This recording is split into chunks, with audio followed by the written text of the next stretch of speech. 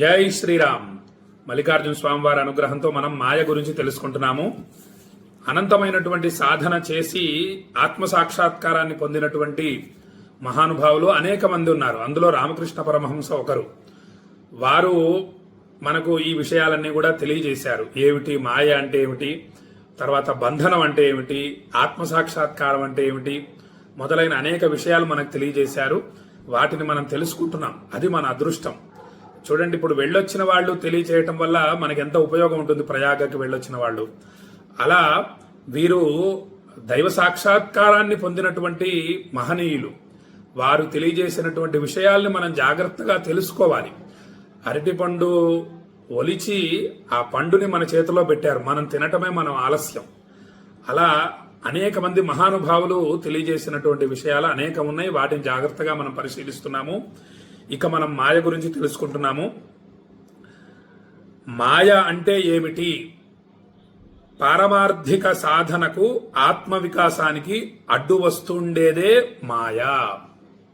చూడండి, ఆ బ్రహ్మ సాక్షాత్కారానికి అనంతమైనటువంటి సాధన అవసరం. ఊరికేనే మనకి ఆ బ్రహ్మానందం కలగదు. ఆ యొక్క దైవ దర్శనం, దైవ సాక్షాత్కారానికి అడ్డుపడేదే మాయ అన్నమాట. చూడండి, మనకి భూకైలాస్ చిత్రంలో చూపిస్తారు. సాధన చేస్తూ ఉంటే ఎన్నో విఘ్నాలు వస్తాయి. ఆ విఘ్నాలన్నీ కూడా మాయా స్వరూపమే. వాటి వలలో పడకుండా రావణుడు జాగ్రత్తగా సాధన చేసి శివ దర్శనాన్ని పొందుతాడు. శివయ్య దర్శనాన్ని దర్శించి ఆత్మలింగాన్ని తీసుకుంటాడు. తీసుకొని గోకర్ణ శ్రీలంకకు వెళ్తూ ఉంటే సరే గణపతి రావణుడి దగ్గర తీసుకొని గోకర్ణంలో స్వామివారిని ప్రతిష్ఠించారు. ఆ స్వామి పేరు మహాబలేశ్వర స్వామి. మాయ అంటే ఇదే. మనకు కూడా, రావణుడికే కాదు, మనకు కూడా అనేక విఘ్నాలు కలిగిస్తూ ఉంటుంది మాయ. దాని వలలో పడకుండా మనం జాగ్రత్తగా సాధన చేసుకొని, మనము భూమి మీద అనేక కష్టాలు కొన్ని వస్తూ ఉంటాయి మనకి. వాటన్నిటినీ కూడా తపస్సు ద్వారా, సాధన ద్వారా తొలగించుకోవచ్చు. అలా తొలగించుకోకుండా మనల్ని ఇంకా కష్టాల ఊబిలో పడేస్తూ మనల్ని పైకి రాకుండా అనేక పాపకార్యాల్ని మనతో చేయిస్తుంది మాయ. కాబట్టి ఆ మాయని జాగ్రత్తగా గుర్తుంచుకోవాలి. అదే మనకి ఇక్కడ రామకృష్ణ పరమహంస తెలియజేస్తున్నారు. మాయ అంటే ఏమిటి అనే ప్రశ్న అందరికీ ఉదయిస్తుంది. ఏమిటి మాయ అంటే చాలా తేలిగ్గా చెప్పేశారు. పారమార్థిక సాధనకు ఆత్మ వికాసానికి అడ్డు వస్తుండేదే మాయా అని చెప్పారు. ఇక ఆ మాయ కోరిక రూపంలో అడ్డం వస్తూ ఉంటుంది. కోరికల్ని పెంచుతూ ఉంటుంది మనిషికి, అనేక విధాలైనటువంటి కోరికలు. ఆ కోరికను తీర్చుకోవటం కోసం మనిషి ఏం చేస్తాడంటే సాధనని పక్కన పెట్టేసి వాటి వైపు పరిగెడతారు. పరిగెట్టడం చేత, సాధన ఆగిపోవటం చేత ఆ దివ్యానుభూతిని పొందకుండా మధ్యలోనే ఆగిపోతూ ఉంటారన్నమాట. కాబట్టి కామమే కోరిక, కామమే మాయ, కోరికనే మాయ అన్నమాట. ఆ కోరికలు అసలు లేని స్థితి పొందాలి. అది చాలా కష్టం. కాబట్టి మనం ఏం చేయాలంటే కోరికల్ని తగ్గించుకోవాలి. అంటే ఉదాహరణకి ఒక సెల్ ఫోన్ ఉంది, చాలనుకోవాలి. ప్రతి సంవత్సరం కూడా అనేక సెల్ ఫోన్లు మోడల్స్ వదులుతూ ఉంటారు కంపెనీల వాళ్ళు. వాటి మాయలో పడకూడదు.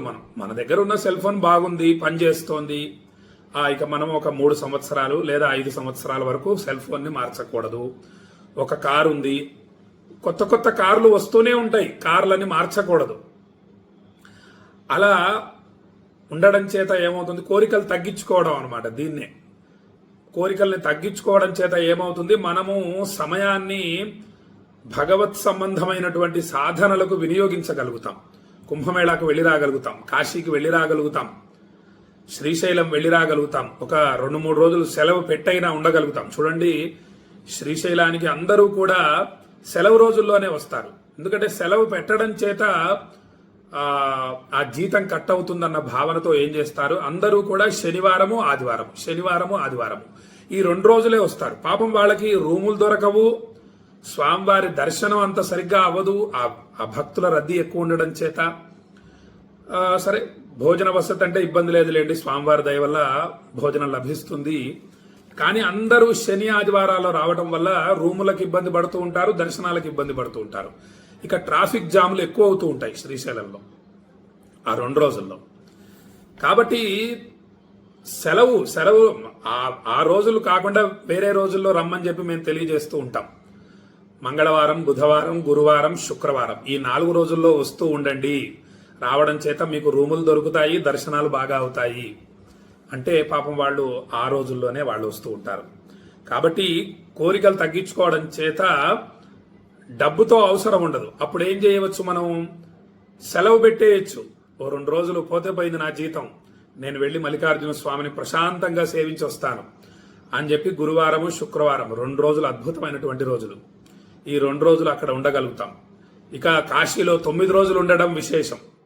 అలా 9 రోజులు ఉండాలి అంటే సెలవు పెట్టొద్దు మరి ఆఫీస్కి. కాబట్టి కోరికలు తగ్గించుకోవడం చేత మనం ఇటువంటి వాటిని వినియోగించుకోగలుగుతాం. కల్పవాసం చేయాలి, 1 రోజులు త్రివేణి సంగమ తీరంలో ఉండడం విశేషం. ఇక గర్భవాసం 9 నెలల 9 రోజులు కాశీలో ఉండటం విశేషం. ఇవన్నిటికీ మనం సమయాన్ని కేటాయించుకోగలుగుతాం ధనంతో సంబంధాన్ని తగ్గించుకోవడం చేత, కోరికల్ని తగ్గించుకోవడం చేత. ఒక ఇల్లు కడతారు, ఇంకొక స్థలం కొని మళ్ళీ ఇంకొక ఇల్లు, ఇంకొక 4-5 స్థలాలు. అసలు చూడండి, స్థలాలు కొనడం చేత ఏమవుతోందంటే పంటలు పండేటటువంటి భూమిని అంతా కూడా రియల్ ఎస్టేట్ వాళ్ళు ఏం చేస్తున్నారంటే మొత్తం చదును చేసేసి వాటిని అమ్మేస్తున్నారు, పంటలు పండే పొలాలని. తద్వారా ఏం జరుగుతోంది, మనకి ఆహారానికి భవిష్యత్తులో ఇబ్బంది పడతాం కదా.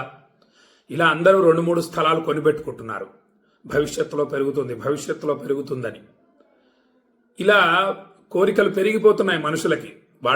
మనుషులు కొనబట్టే కదా రియల్ ఎస్టేట్ వాళ్ళు చేసేది ఈ విధంగా.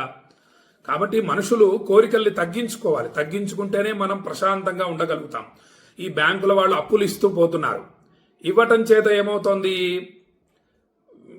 తక్కువ వడ్డీకి ఇవ్వటం, తద్వారా వీళ్ళు కొనేస్తూ పోతున్నారు, కార్లు కొంటున్నారు, స్థలాలు కొంటూ పోతున్నాము, మార్చటం, కార్లని మార్చటం. ఇలా జరగటం వల్ల సమయాన్ని ఈశ్వరారాధనకి మనము వినియోగించలేమన్నమాట. అలా మాయ అంటే ఏమిటంటే కోరికనే మాయ. ఆ మాయను జయించగలగాలి మనం. ఇక సర్వం ధ్వంసం చేసేదాన్ని మాయా అనాలా, మదనాగ్ని అనాలా చెప్పండి? మొత్తం మన విలువైన జీవితాన్ని మొత్తం కూడా ఇలా కోరికల వలయంలో ఇరుక్కుపోయి మన సమయాన్ని ఆధ్యాత్మిక సాధనలకు వినియోగించకుండా మనల్ని అజ్ఞానం వైపు నడిపిస్తూ విలువైనటువంటి ఈ శరీరాన్ని కూడా రోగగ్రస్తం చేసేటటువంటి మాయని మాయా అనాలా, మదనాగ్ని అనాలా? అంటే మొత్తం సర్వాన్ని ధ్వంసం చేసేటటువంటి అగ్ని అనాలా? అది మనల్నే ప్రశ్నిస్తున్నారు గురువుగారు. ఆలోచన చేయండి. మాయ చాలా ప్రమాదమైంది. మాయ అనాలా, మదనాగ్ని అనాలా? మీరే ఆలోచన చేసుకోండి అంటున్నారు. కామినీ కాంచనాల పట్ల మోహం కారణంగా సంసార బద్ధులయ్యే మానవులు వాటి మూలంగా వేలు అవమానాలను పొందుతున్నా వాటి బంధాన్ని వదిలించుకొని మనస్సుని భగవంతుడి వైపు తిప్పజాలకున్నారు. అర్థమైందండి? కొంచెం గంభీరంగా ఉంటాయి వాక్యాలు. వాటిని వీలైనంత వరకు వివరంగా తెలియజేసే ప్రయత్నం చేస్తున్నాను. అనేక కోరికల వలయంలో పడి మోహం కారణంగా సంసార బంధనంలో మనుషులు పడి అనేక అవమానాలు పొందుతూ వాటి బంధాన్ని వదిలించుకోలేక మనస్సుని భగవంతుడి వైపు తిప్పలేకపోతున్నారు అని చెప్పి చెప్తున్నారు. కాబట్టి కోరికల వలయంలో ఇరుక్కోకూడదు. ఇరుక్కోవడం చేత ఏమవుతుందంటే వాటిని వదులుచుకోలేము. ఓ స్థలం కొన్నారనుకోండి, లోన్ ఇచ్చారని చెప్పి, ఆ రుణం తీరడానికి తలప్రాణం తోకొస్తుంది. 25 సంవత్సరాలు కడుతూ ఉండాలి, 30 సంవత్సరాలు. ఒక కారు కొన్నారనుకోండి, 5 సంవత్సరాలు 7 సంవత్సరాల వరకు పెట్టుకోవచ్చు మనం.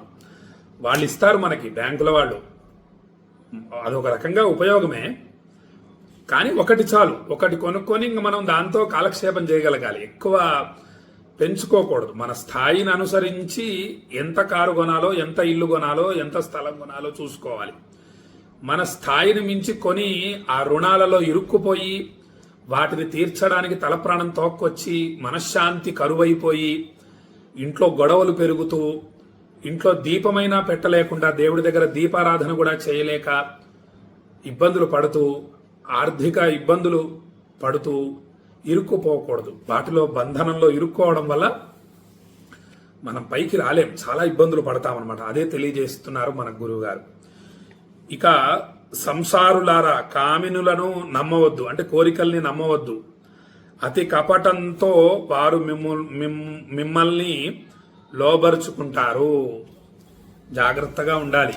మాయ చాలా సామాన్యమైంది కాదు, అనేక విధాలుగా ఉంటుంది మాయ. వాటిని గ్రహిస్తూ ఉండాలి.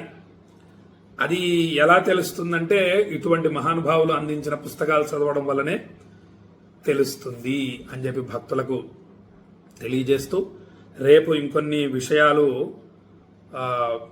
మాయ గురించి తెలుసుకుందామని భక్తులకు తెలియజేస్తూ సెలవు తీసుకుంటున్నా. జై శ్రీరామ్.